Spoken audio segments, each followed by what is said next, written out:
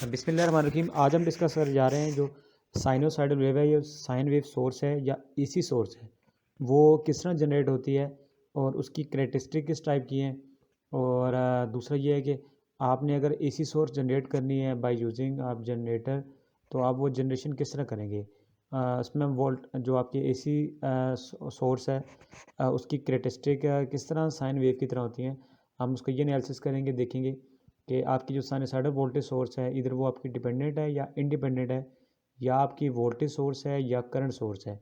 तो वो किस तरह विद रिस्पेक्ट टू टाइम आपकी वेरी करती है। और जो साइन वेव है उस साइन वेव का बिहेवियर किस तरह आपकी जो एसी वोल्टेज सोर्स है उसके साथ मैच करते हैं। यानी कि अगर आप साइन वेव की बात करें तो जो साइनोसाइडल वेव है या कोसाइन वेव है, उसमें अगर आप देखें तो उसका बिहेवियर या उसका जो वेव फॉर्म है वो with respect to time every instant of जब टाइम उसकी वैल्यू चेंज होती है। तो हम यही चीज़ देखेंगे कि आपकी जो साइन वेव है, जो आप by using Faraday law of electromagnetic induction जो हम जनरेट करते हैं या जो ईएमएफ इंड्यूस होती है, तो वो किस तरह आपकी वेरी करती है और उसको किस तरह हम बाय यूजिंग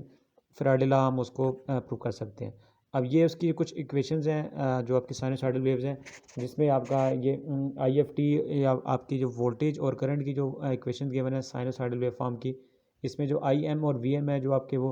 मैग्नीट्यूड को ज़ाहिर कर रहा है, और जो कोसाइन ऑफ आगे ओमेगा टी प्लस फाइव या omega T plus minus five भी हो सकता है। तो ये आपका जो ओमेगा टी है ये आपकी एंगुलर फ्रिक्वेंसी है, और जो आपका फाइव वो आपका फेज़र एंगल है। तो ये आपकी जो एसी वोल्टेज या एसी करंट है, ये उनकी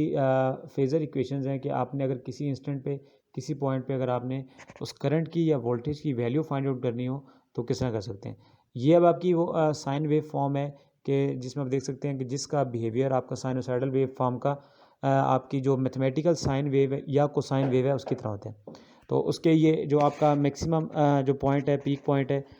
यहाँ पर इसका मैक्सिमम एम्पलीट्यूड होगा। अब जो साइन वेव है उसके पॉजिटिव और नेगेटिव वैल्यू भी होंगी। तो सेम इसी तरह हम ये चीज़ देखेंगे कि जो साइन वेव फॉर्म है उसका एम्पलीट्यूड जो मैक्सिमम वैल्यू यहाँ पर आपके लेफ़्ट साइड पे जो उसकी इंडिकेशन दी जा रही है, और राइट साइड पे उसका टाइम बताया जा रहा है कि कितने जो टाइम में आपका एक साइकिल कंप्लीट हो रहा है, यानी नंबर ऑफ़ साइकिल पर सेकंड, जिसको हम टाइम पीरियड कहते हैं।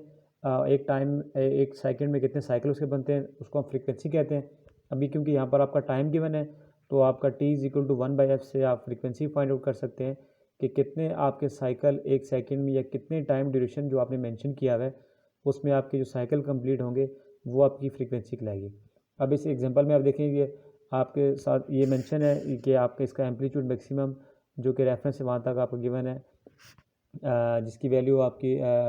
या लेफ़्ट साइड पे साथ मेंशन हुई भी है। जो आपकी मैक्सिमम जो पीक वैल्यू है वही इसका आपका मैग्नीट्यूड कहलाएगा। अब उसके बाद ये देखें साइन वेव फॉर्म के आपके दो साइकिल दिखाए जा रहे हैं, मतलब एक आपका पॉजिटिव साइकिल है, एक नेगेटिव साइकिल है। तो अब आपने अगर मेजर करना है कि इसका जो टाइम पीरियड है वो कितना है, यानी टाइम पीरियड क्या चीज़ है कि आपका एक कंजक्टिव पॉजिटिव और नेगेटिव जो आपका साइकिल है, यानी हाफ पॉजिटिव साइकिल और हाफ नेगेटिव साइकिल, ये दोनों मिलके आपका एक साइकिल कंप्लीट करते हैं। तो एक साइकिल में या आपका वो ड्यूरेशन जो आपको मेंशन कर दिया जाए कि इतने टाइम ड्यूरेशन में या टाइम इसको टी आप कह रहे हैं कि आपके जो कितने साइकिल इसमें फ़्लो कर रहे हैं। अब देखें इसमें अगर आप जैसे ड्यूरेशन मेंशन कर रहे हैं तो आपके इसमें एक साइकिल आ रहा है इस in the with the time जो आपका टी है, ड्यूरिंग टी आपके एक साइकिल है। तो आपका इसका जो टाइम पीरियड जो टी सेकंड में है वो इसकी फ्रीक्वेंसी 1 हर्ट्ज़ है। तो ये डिफरेंस वहाँ पर इसके स्टेट्स बता रहे हैं कि आप देख लें कि जो स्टार्टिंग और एंडिंग आपके दो पॉइंट्स हैं उनके बीच में जो आपके साइकिल हैं तो वो आपका फ्रीक्वेंसी कहलाती है। और सेम इसी तरह जो आपका रेफरेंस जीरो लेवल है वहाँ से लेकर आपकी पीक वैल्यू तक मैक्सिमम जो वैल्यू है, इधर इन केस पॉजिटिव साइड पे या नेगेटिव साइड में, ये इसका एम्पलीट्यूड कहलाता है। तो फ्रीक्वेंसी का यूनिट आपका हर्ट्ज होता है। फ्रीक्वेंसी क्या है, नंबर ऑफ साइकिल के डेटा साइन वेव कम्प्लीट्स इन 1 सेकेंड। तो इन केस आप नीचे एक्सपेरिमेंट एग्जाम्पल में आपके ये साइकिल 10 सेकंड में कितने साइकिल हैं, तो आप ये आपकी फ्रीक्वेंसी काउंट कर लेंगे। तो आपके 1 2 3 3 साइकिल आ रहे हैं, सॉरी 1 सेकंड में, तो इसकी फ्रीक्वेंसी आपकी 3 हर्ट्ज होगी। इन फार्मूला से आप फ्रीक्वेंसी अगर गिवन हो या टाइम पीरियड गिवन हो तो आप ये चीज़ फाइंड आउट कर सकते हैं कि फ्रीक्वेंसी और टाइम पीरियड। जैसे कि ये नीचे वाली एग्जांपल में आपके सामने गिवन है कि अब ये असल में चीज़ है ये कि जो आपने साइन वेव जो जनरेट होती है आपकी साइनोसाइडल वेव फॉर्म जो आपने पीछे देखी है, और इसी सोर्स की जो साइन वेव फॉर्म है, जो प्योर साइन वेव फॉर्म है या 99% जो वेव फॉर्म है वो किस तरह जनरेट होती है। तो उसका फिनोमेना यही है कि फैराडे लॉ कि आपके दो आपके फिक्स मैग्नेटिक जो पोल्स हैं, फील्ड है, उसके बीच में अगर आप एक कंडक्टर को रखते हैं तो वो कंडक्टर उस फील्ड को कट करता है। तो अकॉर्डिंग टू फैराडे लॉ आप उस कंडक्टर के अक्रॉस आउटपुट ले सकते हैं जो कि आपके एसी वोल्टेज की फॉर्म में होगी। तो अगर आप इसमें देखें जो आपके यहाँ पर A B C D points mention है, ये आपका कंडक्टर है कि जो का आपका स्टार्टअप ज़ीरो आपके रेफरेंस पॉइंट पे पड़ा हुआ है। तो इस कंडक्टर को जब आप इस फील्ड में मूव करेंगे तो जैसे जैसे मूव करेंगे वो कंडक्टर इस फील्ड को कट करेगा। ये जो मैग्नेटिक लाइंस ऑफ फोर्सेस हैं जो कि नॉर्थ से साउथ की तरफ जा रही हैं, इनको जब कट करेगा तो उसमें ईएमएफ जनरेट होगी। तो उस ईएमएफ को हम आउटपुट के तौर पर ऐसे यूज़ कर सकते हैं। ये आपका जनरेटर का फिनोमेना है कि आपका जनरेटर किस तरह ऑपरेट करता है कि जब आप जनरेटर को स्टार्ट करते हैं तो आपका एक फील्ड आपका जनरेटर के इंटरनल होता है, और देन वो जब कंडक्टर उसको कट करता है तो उसकी कटिंग की वजह से आपकी ईएमएफ जनरेट होती है जिसको आप एज आउटपुट लेते हो। तो ये जो ए बी सी डी आपकी कंडक्टर्स की पोजीशन दी हुई है कि स्टार्टअप में देखिए आपका कंडक्टर 0 डिग्री पे है, ठीक है, या रेफरेंस लेवल पे है। तो जब ये कंडक्टर आपका मूव करता है A to B, B to C और then C to D and then D to A. तो अगर आप साइन वेव फॉर्म देखेंगे पहले, अगर आपने लास्ट में देखी थी कि स्टार्टअप में वो 0 पे होती है, देन वो 90 डिग्री पे जाती है, देन अगेन 180 पे आती है, 180 से फिर आपका जो नेगेटिव साइकिल बनता है और उस नेगेटिव साइकिल के बाद अगेन वो दोबारा 0 पे आती है। तो ये आपके उस कंडक्टर की रोटेशन दिखाई जा रही है। अब वो एक सिंगल कंडक्टर था, अब उसी कंडक्टर को आप डिफरेंट टर्न्स में डिफरेंट वायर्स में उसको इंडक्टर बना के आप एक पूरी आर्मेचर बना देते हैं। तो वो जो आपका पूरा आर्मेचर है वो उस फील्ड में मूव करता है, और जब वो उस फील्ड को कट करता है तो उसके आउटपुट के क्लास जहाँ पर आपके जो स्लिप रिंग्स और जो कार्बन ब्रशेस मेंशन है, ठीक है, इन कनेक्शंस के थ्रू आप आउटपुट पे जहाँ पर आप कनेक्शन लेते हैं यहाँ से आप वोल्टेज आप मेजर कर सकते हैं। तो उस वोल्टेज को वो आपके वोल्टेज एसी वोल्टेज होते हैं, और वो इस फिनोमिना के थ्रू आपकी आउटपुट जो एसी वोल्टेज हैं आप यूज़ करते हैं। तो ये जनरेटर का फिनोमिना है कि जो कि आपकी रोटेशनल एनर्जी को इलेक्ट्रिकल एनर्जी में कन्वर्ट करता है। ये आप फील्ड में आपका कंडक्टर रोटेट कर रहा है, उस रोटेशन की वजह से वो फील्ड को कट करता है, वो 0 to 90 है जो आपका फेज़ एंगल डिफरेंट बनता है डिफरेंट पोजीशन पे। उसके बाद वो फिर आप ईएमएफ इंड्यूस होती है जिसको इंड्यूस वोल्टेज कहते हैं, और उसी को यूज़ करके हम एज ए हम एसी सोर्स के तौर पर यूज़ कर सकते हैं। सो आपका अगर स्मॉलर साइज़ होगा आपका अल्टरनेटर का है, ठीक है, या आपकी जो सर्किट का है, तो देन आपकी आउटपुट भी कम होगी। तो ये आपकी वो उसकी कुछ इस तरह की कॉन्फ़िगरेशन है कि आप देख सकते हैं कि आपकी डिफरेंट पोजीशन मेंशन है स्टार्टअप में, और आपके राइट साइड पे first position, second, third and fourth, fifth जो दी हुई है वो आपके कंडक्टर की पोजीशन दी हुई है। पहले कंडक्टर आपका 0 पोजीशन पे है स्टार्टअप में, तो देन आप कंडक्टर को मूव करते हैं आपके ये इस सर्कल के अकॉर्डिंगली। जैसे जैसे आप कंडक्टर को मूव करते हैं उसी तरह आपकी साइन वेव फॉर्म जनरेट होती है, ठीक है। स्टार्टअप में देखें अगर आप ये 0 पोजीशन पे है, 0 से 90 की तरफ जाता है, तो अगर आप राइट साइड पे देखें इसी तरह आपका वो जो एक कंडक्टर आपने बनाया उसको स्क्वायर फॉर्म में, वो कंडक्टर मूव कर रहे हैं। तो उस कंडक्टर की मूवमेंट के अकॉर्डिंगली, ठीक है, जैसे जैसे वो फील्ड को कट करता है इसी तरह आप उसी के पैरेलल नीचे देखें जो आपकी साइन वेव फॉर्म जनरेट होती है। यानी स्टार्टअप में 0 में था तो आपका इंडक्टर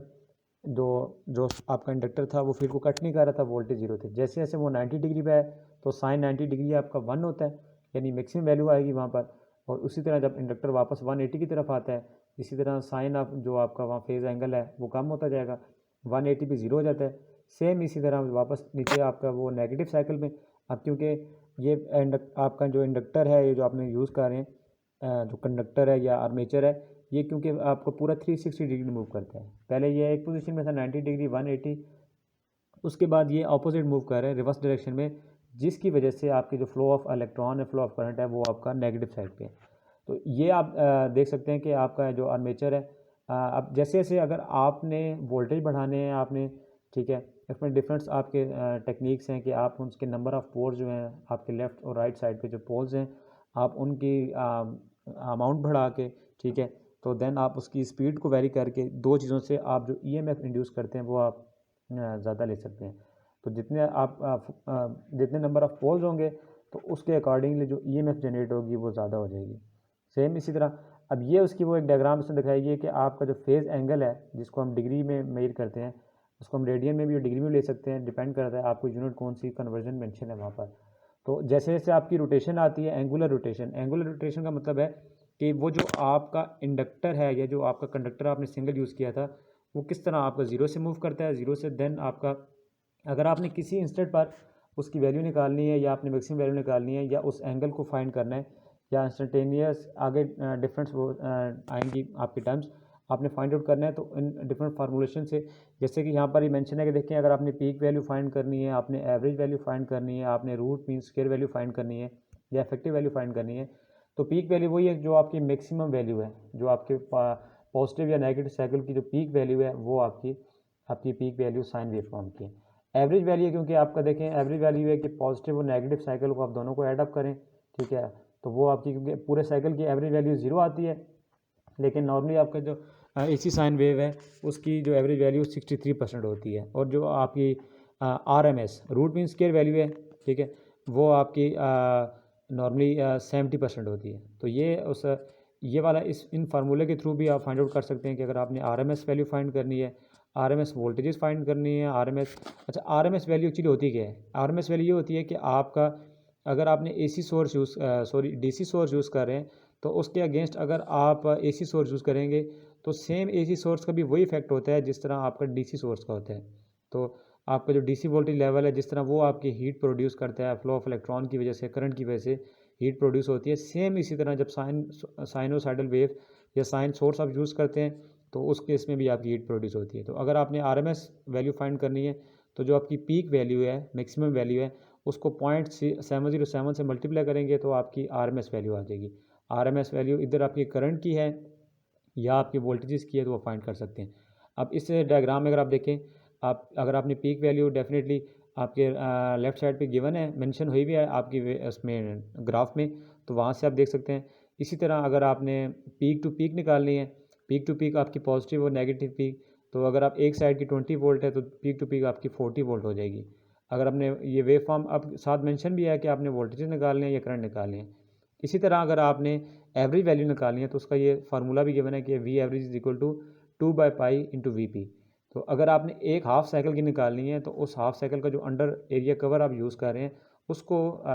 2/पाई को आप मैक्सिमम जो आपकी पीक वैल्यू है उससे मल्टीप्लाई कर दें तो आपकी एवरेज वैल्यू फाइंड हो जाएगी। तो जो 2/पाई अगर आप उसको सॉल्व करें तो ये आपकी 0.637% बनती है। मतलब कि आपकी जो मैक्सिमम पीक वैल्यू है, यहाँ पर देखें, अब यहाँ पर आपकी मेंशन हुई है दोनों आरएमएस और पीक वैल्यू। जो आपकी आरएमएस वैल्यू होती है वो नॉर्मली पीक वैल्यू की 70% तक होती है, यानी 0.707, और जो आपकी एवरेज वैल्यू होती है वो तकरीबन आपकी 63%, यानी आपकी 0.63%। इसके बाद एक टर्म यूज़ किया है फेज़ एंगल, कि आपकी अगर डिफरेंट वेव फॉर्म है, फेज़ एंगल मीन्स कि आपने स्टार्टअप कहाँ से लिया, उस इंडक्टर को आपने जो फील्ड में रखा था वो स्टार्टअप 0 से है, 90 से है, 120 से है। फेज़ एंगल वो चीज़ है कि आपका जो डिफरेंस है दो वेव फॉर्म, जो अगर आपने उनको एनालिसिस करना है आपने, जिस तरह कैपेसिटर में हमने देखा था कि वोल्टेज और करंट के बीच में आपका 90 डिग्री का फेज डिफरेंस होता है, जिस तरह इस वेव फॉर्म में देखें आप, एक आपकी ब्लू कलर की और पर्पल कलर की दो वेव फॉर्म है, ठीक है, एक साइन वेव फॉर्म है और कोसाइन है। तो आप देखें एक वेव फॉर्म आपकी ज़ीरो से स्टार्ट हो रही है और एक वेव फॉर्म जो डॉटेड में है वो आपकी मैक्सिमम वैल्यू से स्टार्ट हो रही है, यानी कि आपकी पीक वैल्यू के। तो इन दोनों के बीच में जो आपका फेज डिफरेंस है, अगर आप देख नीचे मेंशन किया है, वो 90 डिग्री है, यानी कि 90 डिग्री, अगर आप डॉटेड वाली वेव फॉर्म देखें 90 डिग्री लीड कर रही है विद रिस्पेक्ट टू आपकी वो दूसरी वाली जो वेव फॉर्म है। तो आप इस वाले फार्मूले से भी इनका जो फेज़ एंगल फाइंड आउट कर सकते हैं कि इन दो वेव्स के दरमियान आपका ये पॉजिटिव फेज़ डिफरेंस है या नेगेटिव फेज़ डिफरेंस है। तो ये दोनों चीज़ देख सकते हैं कि अगर आपकी वैल्यू पॉजिटिव है तो इसका मतलब है कि आपका जो फेज़ डिफरेंस है वो पॉजिटिव है, ठीक है, और सेम अगर इसी तरह वहाँ पर फेज़ एंगल आपका ये इसमें अगर माइनस आ रहा है तो इट्स मीन के वो लैग कर रहे हैं। लीडिंग के केस में आपका फेज़ एंगल आपका पॉजिटिव होगा, ठीक है, जो दो फेज़ एंगल एक्चुअली दो वेव फॉर्म के दरमियान, अब अगर दोनों वेव फॉर्म स्टार्टअप उनका सेम है, ठीक है, ये एंड सेम है, तो देन डेफिनेटली उनका फेज़ डिफरेंस जीरो होगा। तो अब इस फार्मूले के through V is equal to V maximum या वी पीक समटाइम किस जगह लिखा होता है इनटू साइन ऑफ थीटा। अब यहाँ पर जो थीटा आपका वो फेज़ डिफरेंस यूज़ करेंगे कि दो वेव फॉर्म के दरमियान कितना फेज़ डिफरेंस है, और जो पीक वैल्यू इनकी या मैक्सिमम वैल्यू वो वहाँ पुट करके वहाँ से अब ये चीज़ फाइंड आउट कर सकते हैं कि आपके जो ये में जो इंड्यूस वोल्टेज है वो कितनी है, या इसको हम इंस्टेंटेनियस वोल्टेज भी कहते हैं कि एक इंस्टेंट पे आपके कितने वोल्टेज प्रोड्यूस हो रहे हैं किसी एक इंस्टेंट पे। अभी देखें ये आपकी उसकी फेज शिफ्ट की दिखाई भी है कि दो वेव के दरमियान आपका फेज जो डिफरेंस है वो पॉजिटिव है या नेगेटिव है। तो अगर रेड और ये जो आपकी दूसरी पर्पल वाली है, तो अब जो देखें रेड वाली है आपकी वेव फॉर्म वो नेगेटिव साइड पे स्टार्ट हो रही है, तो इसका मतलब फिर ये है कि आप जो इनके इन बिटवीन जो फेज़ डिफरेंस है वो नेगेटिव है, क्योंकि दूसरी वेव फॉर्म देखें उसकी जो वैल्यू है वो नेगेटिव स्टार्ट हो रही है। अब जो एक है उसकी ज़ीरो से हो रही है और दूसरी वाले की नेगेटिव से है, तो इट्स मीन कि इन दोनों का फेज़ डिफरेंस आपका नेगेटिव होगा। और अब जो आपकी रेड वाली वेव फॉर्म है वो आपकी लीडिंग में होगी और लैगिंग में। अब इसमें देखें सॉरी इस वाले में देखें अब ये वेव फॉर्म, क्योंकि अगेन फिर इनमें डिफरेंस क्रिएट हुआ है, तो ये जो फेज शिफ्ट है ये सिर्फ इसी पर्पज़ के लिए है, साइनोसॉइडल के लिए नहीं है। आप साइनोसॉइडल सिंपल आप जनरेट करते हैं जब आप एक से ज़्यादा फेज़ होते हैं, देन वहाँ पर आप इसका एनालिसिस करते हैं। तो सेम इसी तरह आप जो डिफरेंट जो आपके स्टेडी स्टेट जो एनालिसिस है एसी साइन वेव फॉर्म का, तो वहाँ पर आप तीन चार चीज़ें देखते हैं। सबसे पहले उसका मैग्नीट्यूड, देन पे उसका फेज़ एंगल कि उसका फेज़ अगर डिफरेंस है तो वो कितना है, वोल्टेज और करंट के इन बिटवीन है, और देन उसकी इम्पीडेंस। इम्पीडेंस मीन्स कि अगर ये साइन वेव फॉर्म जो है सोर्स है, जब हम एसी सर्किट यूज़ करते हैं तो तब इसका फिर आपका वो जो इम्पीडेंस है वो कितनी होगी। अब इस वाले फेज़र में आपको दिखाया जा रहा है कि वो डिफरेंट मूवमेंट देखें आप। स्टार्टअप में जब ज़ीरो पे था तो then sine waveform zero पे थी। इसी तरह जो आपकी एरो मूव कर रहा है यानी आप कंडक्टर मूव कर रहे हैं क्लॉक वाइज में, तो 90 पे देखें। देन इसी तरह जैसे जैसे उसके स्टेप भी मूवमेंट है, इसी तरह उसी के साथ पैरेलल में आपकी साइन वेव फॉर्म जनरेट हो रही है, यानी कि वो 0 से 90 पे स्टार्ट करता है। ठीक है, अब ये क्योंकि क्लॉक वाइज डायरेक्शन है, तो जब 0 टू 90, 90 टू 180, ये आपका एक पॉजिटिव साइकिल बन जाता है। इसी तरह आप देखें जब वो नेगेटिव साइड पे जाता है तो उसी के आप पैरेलल में, इसी तरह आप इसको डॉटेड लाइन से आप इंडिकेट करके आप देख सकते हैं कि जो आपकी साइन वेव फॉर्म है वो इसी के पैरेलल जो आपकी रोटेशन है क्लॉकवाइज उसके अकॉर्डिंगली पॉजिटिव और आपका नेगेटिव साइकिल आपका जनरेट हो जाता है। और इसी तरह आपका जो कुछ और टर्म्स हैं इसकी के लाइक अगर ऐसी साइन वेव फॉर्म को अगर आपके सामने ये मेंशन हुई है तो आपने इसकी फेजर नोटेशन या आपने इसकी कम्प्लेक्स नोटेशन जो होती है,